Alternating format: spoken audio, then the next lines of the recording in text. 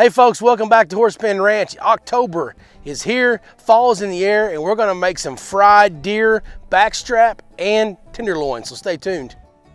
So folks, deer season in Oklahoma is a big deal, like it is in a lot of states. So October 1st was archery season starts up, and then we've got youth season starts in about a week and a half, and we've got muzzleloader season at the end of the month, and then of course in November we got rifle season. So it's a big deal. This is a deer that my son harvested last year, and so this is some backstrap and some tenderloin. And so the best cuts off that deer, and we're gonna do it the old-fashioned chicken fried way. You call it deer, call it venison, whatever you wanna call it. We call it good eating, so that's what we're gonna call it today. And so this right here is buttermilk, it is Louisiana hot sauce, and it is a couple eggs. And so about 2 cups of milk, Louisiana hot sauce, several shakes of that, and some buttermilk. You can use regular milk as well. And we've had that for about 3 hours sitting in that, so that's good. All right, so here we go. We're gonna do 2 cups of flour. 2 cups of flour. 2 cups of flour. Okay. And this is kind of my go-to recipe for this. We're gonna go with about a tablespoon of baking powder. Tablespoon of baking powder in our flour. We're gonna go about a teaspoon of black pepper, teaspoon of onion powder, teaspoon of garlic powder. Now this went everywhere, but that's all right. Teaspoon of paprika. This is actually smoked paprika, and of course salt. And we're going to do a couple of salt, and we're actually going to do a second one of pepper too. I have all this measurements in the description below. Okay guys, we've got our dry mix mixed together really well, and so we're just flouring these up. I'm not going to double flour these, double dip them. I'm just going to do it one time. I don't like a thick coat on my deer, and so you can tell the difference. These flatter pieces are going to be backstrap, and these more rounder off pieces is the tenderloin. The tenderloin is a little more tender, and so that's what we're doing right now. We're going to flour these up, just a good coating of flour, and man, we're going to have some good eats here in just pretty quick. I've got my burner going over here. We are using a burner today again. That is an antique Griswold skillet. That was my grandmother's.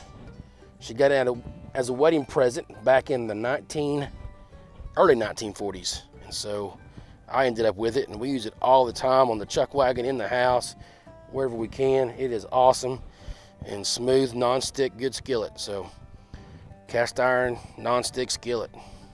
All right, here we go, folks. So we got good, hot vegetable oil going on in there.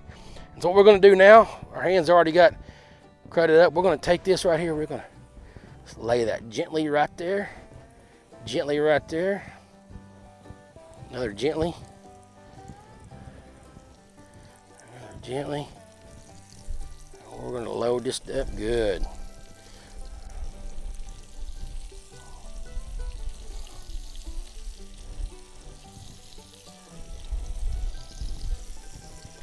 All right, call that good. All right, guys, we're getting close to being able to turn this real close. We're going to give it another, maybe one more minute here. Looking really, really good.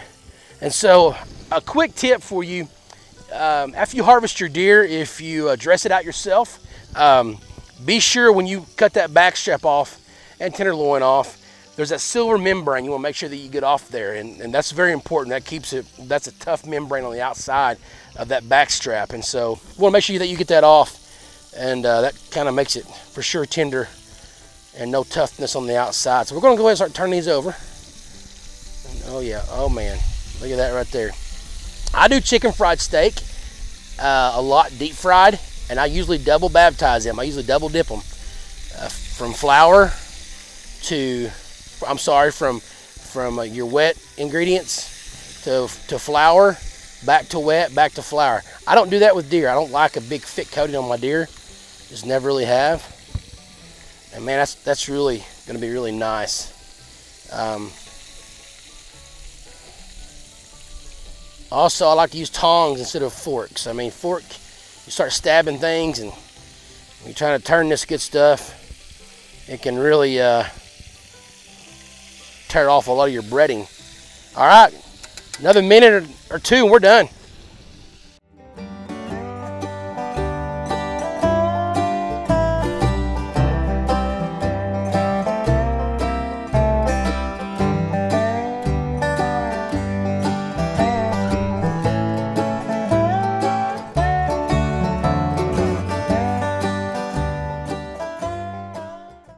We got our second batch going right here, right now. So let's go ahead and give this a taste test. So this is the tenderloin right here.